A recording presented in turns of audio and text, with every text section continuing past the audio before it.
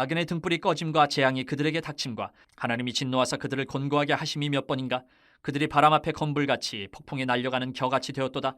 하나님은 그의 죄악을 그의 자손들을 위하여 쌓아두시며 그에게 갚으실 것을 알게 하시기를 원하노라. 자기의 멸망을 자기의 눈으로 보게 하며 전능자의 진노를 마시게 할 것이니라.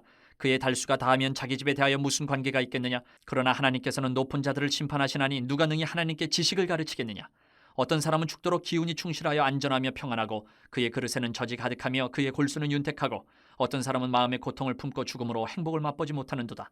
이 둘이 매 한 가지로 흙 속에 눕고 그들 위에 구더기가 덮이는구나. 내가 너희의 생각을 알고 너희가 나를 해하려는 속셈도 아노라. 너희의 말이 귀인의 집이 어디 있으며 악인이 살던 장막이 어디 있느냐 하는구나. 너희가 길 가는 사람들에게 묻지 아니하였느냐. 그들의 증거를 알지 못하느냐. 악인은 재난의 날을 위하여 남겨둔 바 되었고 진노의 날을 향하여 끌려가느니라. 누가 능히 그의 면전에서 그의 길을 알려주며 누가 그의 소행을 보응하랴. 그를 무덤으로 메어가고 사람이 그 무덤을 지키리라. 그는 골짜기의 흙덩이를 달게 여기리니 많은 사람들이 그보다 앞서갔으며 모든 사람이 그의 뒤에 줄지었느니라. 그런데도 너희는 나를 헛되이 위로하려느냐. 너희 대답은 거짓일 뿐이니라. 죄인들이 벌을 받는다라는 말 옳지만 그 죄인에 대한 심판은 하나님의 주권에 속한 것이기 때문에 마치 우리 인간이 저나 여러분들이 하나님의 뜻을 다 아는 것처럼 말하고 행동하고 이것은 옳지 않습니다. 주님이 다 옳습니다. 그런데 그것이 내가 아는 주님이 전부 다인 것처럼 생각하면 안 된다라는 거죠. 그래서 오늘 주님에 관해서 내가 주님 앞에서 성도로서 어떤 태도, 어떤 마음가짐을 가져야 하는가 한번 살펴보려고 합니다. 먼저 첫 번째는 주님의 주권을 인정해야 돼요. 금방 말씀드린 것처럼 주님의 주권을 인정해야 돼요. 17절부터 21절을 보면 욥이 그 친구들이 그동안 계속 욥에게 얘기하고 주장해왔던 그 논리들을 이제 욥이 반박을 해요. 실제적인 증거를 가지고 반박을 합니다. 욥은 악인이 벌받고 의인은 복받는다. 이 인과응보, 우리 인간 세상의 원리잖아요. 이 인과응보의 논리를 맞지만 아무렇게나 적용하는 친구들에게 야, 친구들아, 실제로 이 세상을 한번 봐봐. 그렇지 않다. 상황에 따라 다르지 않느냐. 이렇게 얘기를 하는 거예요. 일어나는지 좀 자세히 한번 봐봐라. 악인들이 일시적으로 번영을 누려도 곧 멸망을 하지만 실제로 그런 거 그렇게 얘기했지만 실제로 그런 거 너 몇 번이나 봤니? 이렇게 물어보는 거예요. 친구들에게. 잘 되는 것 같지만 금방 망한다. 그렇게 친구들은 얘기했단 말이에요. 실제로 그런 일 본 적 몇 번이나 있는가? 또 악행에 대해서 하나님이 심판하신다, 갚으신다, 자식들에게 갚으신다 그랬는데 그게 악인들한테 무슨 벌이 되느냐. 후손에게 벌 주는 거 자기한테는 상관없다는 거지. 하나님의 진노의 형벌을 직접 받아봐야 의미가 있는데 그렇지 않지 않느냐. 친구들에게 이 욥은 그렇게 얘기하고 있는 거예요. 여러분은 어떻게 생각하세요? 죄인에 대해서 하나님의 진노, 하나님의 형벌 내린다. 어떻게 생각하십니까? 우리는 이걸 잘 이해해야 됩니다. 인과응보, 인간의 논리로 이해하면 지금 욥이 친구들에게 말하는 것 같은 허점들이 있어요. 맞지를 않아요. 그래서 우리는 어떻게 생각해야 하느냐? 첫 번째, 죄인은 반드시 하나님의 심판 받습니다. 이거는 하나님이 말씀하신 거예요. 그런데 두 번째, 그 심판이 반드시 이 세상에서 멸망이나 재앙으로 나타난다? 그렇지는 않다. 그리고 마지막으로 심판은 주님이 이 땅에 다시 오셔서 재림하셔서 지옥 형벌로 나타나지만 그때까지 이 땅에서 죄인들을 하나님이 그냥 내버려 두실 때도 있다. 그 자체가 하나님의 진노다라고 로마서는 얘기하고 있어요. 그래서 진짜 심판은 주님 다시 오실 때다. 그래서 우리가 오해하고 착각하고 있으면 안 된다는 거죠. 우리가 생각하는 인간 세상의 인과응보의 법칙과는 하나님의 주권에서 사용되는 이 심판은요, 같지 않아요. 초월하십니다. 그렇기 때문에 하나님을 대적하는 죄인들 외적으로는 형통해 보일 때도 있어요. 우리 눈에. 오늘 욥이 그런 것들을 얘기하고 있어요. 하지만 그들은 세상에서 형통한 것 같고 잘 사는 것 같은데 진짜 평강, 진짜 기쁨을 알지 못하고 불안 가운데 살아간다. 염려, 혹시 내가 가진 걸 누가 훔쳐갈까? 탐욕, 좀 더 가지면 좋겠는데. 이런 마음을 평생을 가지고 살아간다라는 거죠. 이게 더러운 삶을 살아가는 거다. 그 자체가 하나님의 벌써 심판하시고 계신 거다. 욥은 이렇게 얘기를 하는 거예요. 여러분, 하나님은 반드시 악인의 죄를 벌하십니다. 하지만 그 시기, 그 방법은 하나님의 섭리, 하나님의 주권에 달려 있습니다. 함부로 우리 마음대로 단정할 수가 없다라는 거죠. 그래서 우리가 다 알 수는 없지만 하나님의 그 주권과 섭리와 이 계획들을 우리는 다 알 수 없어요. 소요리 문답에서도 지금 계속 공부해 오잖아요. 다 알 수 없지만 그 모든 것이 주님의 손안에 주님의 주권으로 역사하고 계신다. 이것에 대해서 의심해서는 안 된다. 그 하나님의 측량할 수 없는 지혜의 섭리가 반드시 그들을 통치하고 다스리고 계신다. 이것을 믿어야 돼요. 이것이 성도의 믿음이에요. 두 번째는 주님 앞에 우리가 함부로 요구할 수 없다라는 거예요. 22절부터 26절의 말씀을 보면 욥의 세 친구는 악인이 반드시 비참하게 처우를 맞는다 주장을 했어요. 그런데 욥은 내가 보기에는 악인뿐만 아니고 의인도 결국은 죽는다. 악인도 죽고 의인도 죽고, 그런데 그게 무슨 벌이냐. 죽는 거는 죄를 지어서 죽는 게 아니고 의인도 죽는다. 때가 되면 그건 벌이라고 말할 수 없다. 이렇게 얘기를 하는 거예요. 그렇잖아요, 여러분. 악인이든 의인이든 때가 되면 죽음은 모든 사람에게 차별 없이 찾아오는 것이 죽음이에요. 그러면 여러분 이 친구들의 말대로 하면 저와 여러분이 죽으면 저와 여러분들은 죄 때문에 죽은 게 돼요. 이 앞뒤가 안 맞는 거예요. 증거가 될 수 없는 거예요. 형벌의 증거가. 이런 식으로 인과응보의 원리를 주장하는 것은 오히려 하나님께 내 뜻을 강요하고 하나님을 가르치려고 하는 교만함이에요. 우리는 하나님 앞에서 함부로 요구하고 말할 수 없어요. 하나님의 통치 원리 중에 대표적으로 우리 특히 그리스도인들이 예수님 믿고 나서 우리가 오해하는 게 뭐냐면 일명 기복주의예요. 기복주의. 물론 하나님께서는 하나님의 자녀들에게 복 주시는 거 분명히 맞습니다.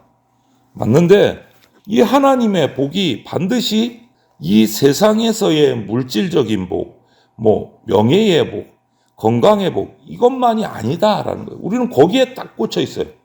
하나님이 복 주신다 그러면 건강을 주시려나, 명예를 주시려나, 물질을 주시려나, 거의 세 개에 다 묶여 있어요. 그게 기복주의예요. 하나님의 복은 그 세 군데 세상의 복에 묶여 있지 않아요. 그것만이 하나님이 주시는 복이 아니다라는 거예요. 그렇기 때문에 교회 열심히 다니고 헌금 많이 하고 봉사 열심히 한다고 해서 우리 인간이 세상하는 세속적인 복을 하나님께 주십시오. 이렇게 요구할 수 없는 거예요. 무엇인가 내가 하나님을 위해서 하면 무조건 하나님은 나한테 내가 생각하는 식의 복을 줘야 된다. 이게 기복주의예요. 이거는 하나님 앞에 불경건한 요구를 하는 거예요. 잘못된 거예요. 하나님이 반드시 내가 이렇게 하면 지금 이렇게 해주실 것이다. 이 정말 하나님한테 엉뚱한 요구, 불경건한 요구를 하는 교만한 태도다. 우리가 무슨 어떤 존재라고 우리 인간이 하나님 앞에 감히 하나님 틀렸습니다. 이렇게 해주셔야죠. 이렇게 가르칠 수 있어요. 말도 안 되는 거잖아요. 우리가 얼마나 지혜로워서 감히 하나님께 이렇게 하셔야 됩니다. 저렇게 하셔야 됩니다. 이것도 말도 안 되는 거죠. 그렇게 할 수 없어요. 우리는 하나님 앞에서. 이렇게 하면 정말 우리는 교만한 자이고 불경건한 자예요. 우리 생각대로 세상이 움직이지 않아도 하나님 앞에 겸손히 엎드려야 되는 겁니다. 이것이 우리 성도의 위치예요. 그리고 또 한 가지 우리가 주님 앞에서 할 것은 주님의 뜻을 배우려고 애써야 된다. 주님의 뜻을 배우려고 정말 노력해야 됩니다. 27절부터 오늘 34절 말씀에서 보면 욥의 친구들은 악인의 집이 반드시 망한다 주장을 했어요. 그런데 실제로는 그렇지 않다. 욥은 얘기를 한번 봐라. 이렇게 얘기했어요. 그것을 이제 세부적으로 얘기합니다. 악인은 재난의 날에도 살아남습니다. 그들에 대한 보응을 얘기하지만 하나님은 보응도 행하시지 않고 계신 것 같고 그거 누가 해줄 수 있느냐. 하나님도 안 하시는데 오히려 악인은 죽은 다음에도 호사를 누립니다. 그러니까 욥은 그런 인간적인 인과응보의 원리를 여기저기 아무데나 내세워가지고 나를 거짓말로 위로하지 말아라. 이렇게 얘기하고 있어요. 다 맞는 게 아니다라는 거죠. 다 맞는 것이 그 인과응보의 원리가. 이 세 친구들은 욥의 세 친구들은요. 자기 생각을 하나님의 생각으로 딱 단정을 하고 욥에게 그냥 끼워 맞추는 그런 교만한 행동을 저지른 거예요. 욥이 악인이면 그게 딱 맞아 들어가요. 그런데 욥이 의인이다라는 것을 생각지도 않은 거예요. 이 세 친구는 무조건 너 벌 받았으니까 악인이야. 그러니까 회개해야 돼. 꽉꽉 끼워 맞추는 거예요. 그런데 의인에게는 이게 안 맞는 거란 말이에요. 그래서 우리는 내 생각을 하나님의 생각으로 착각하고 갖다 끼워 맞출 생각하면 안 된다. 그거는 교만이다.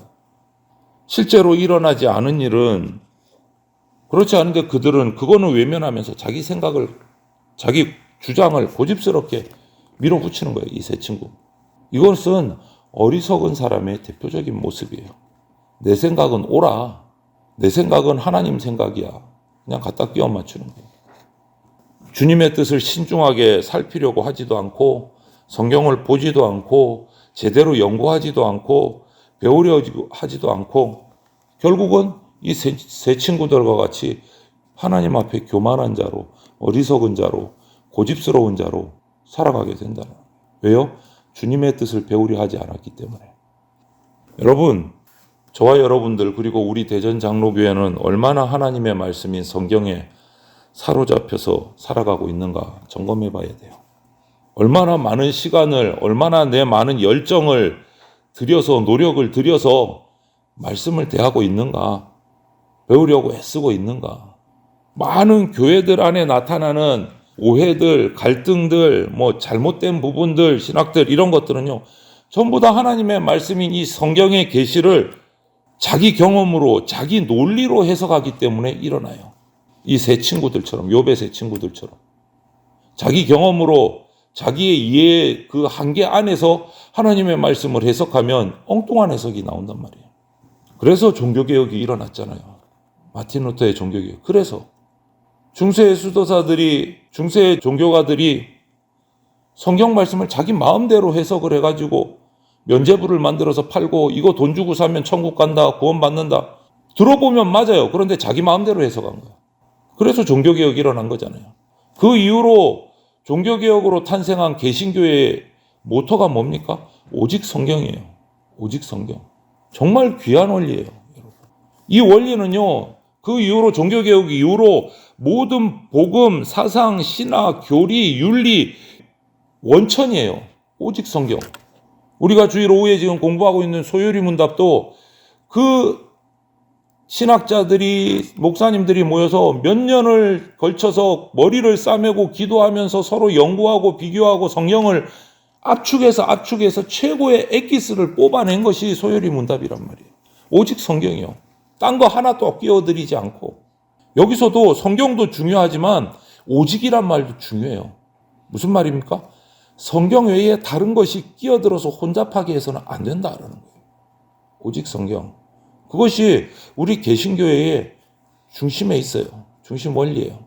세상에서 실제로 일어나는 사람들의 그 모습들을 살피면서 정말 신중하게 하나님의 뜻을 말씀에서 찾아서 이해하려고 애쓰면서 살아가야 돼요. 우리는. 하나님이 사랑하는 성도 여러분, 말씀으로 다시 돌아갑시다. 그리고 하나님이 어떤 분이신지, 또 그 하나님께서 이 땅을 어떻게 다스리시는지, 그래서 우리는 어떻게 살아가야 되는지 이거를 배워야 돼요. 우리 성도의 관심입니다. 다른 데 관심 가질 필요 없고 여기에 관심이 있어요. 성도의 믿음, 성도의 위치가 어떤지, 성도의 관심이 어디에 있어야 되는지 우리 명확히 하고 살아가야 돼요. 하나님의 그 지혜와 지식이 얼마나 풍성하고 부유하신지 아십니까? 측량할 수도 없고 인간의 지식과 지혜를 가지고는 측량할 수도 없고 가늠할 수도 없어요. 하나님의 그 섭리의 깊이 아십니까? 아니요. 우리는 그 깊이를 감당할 수가 없어요. 그냥 우리는 하나님 앞에서 엎드려서 감사하고 찬양할 수밖에 없다. 이것을 고백해야 됩니다. 그래서 오늘 하루도 생활하실 때 주님이 다 옳습니다.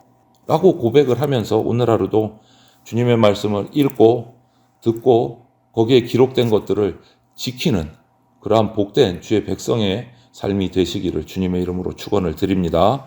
아멘.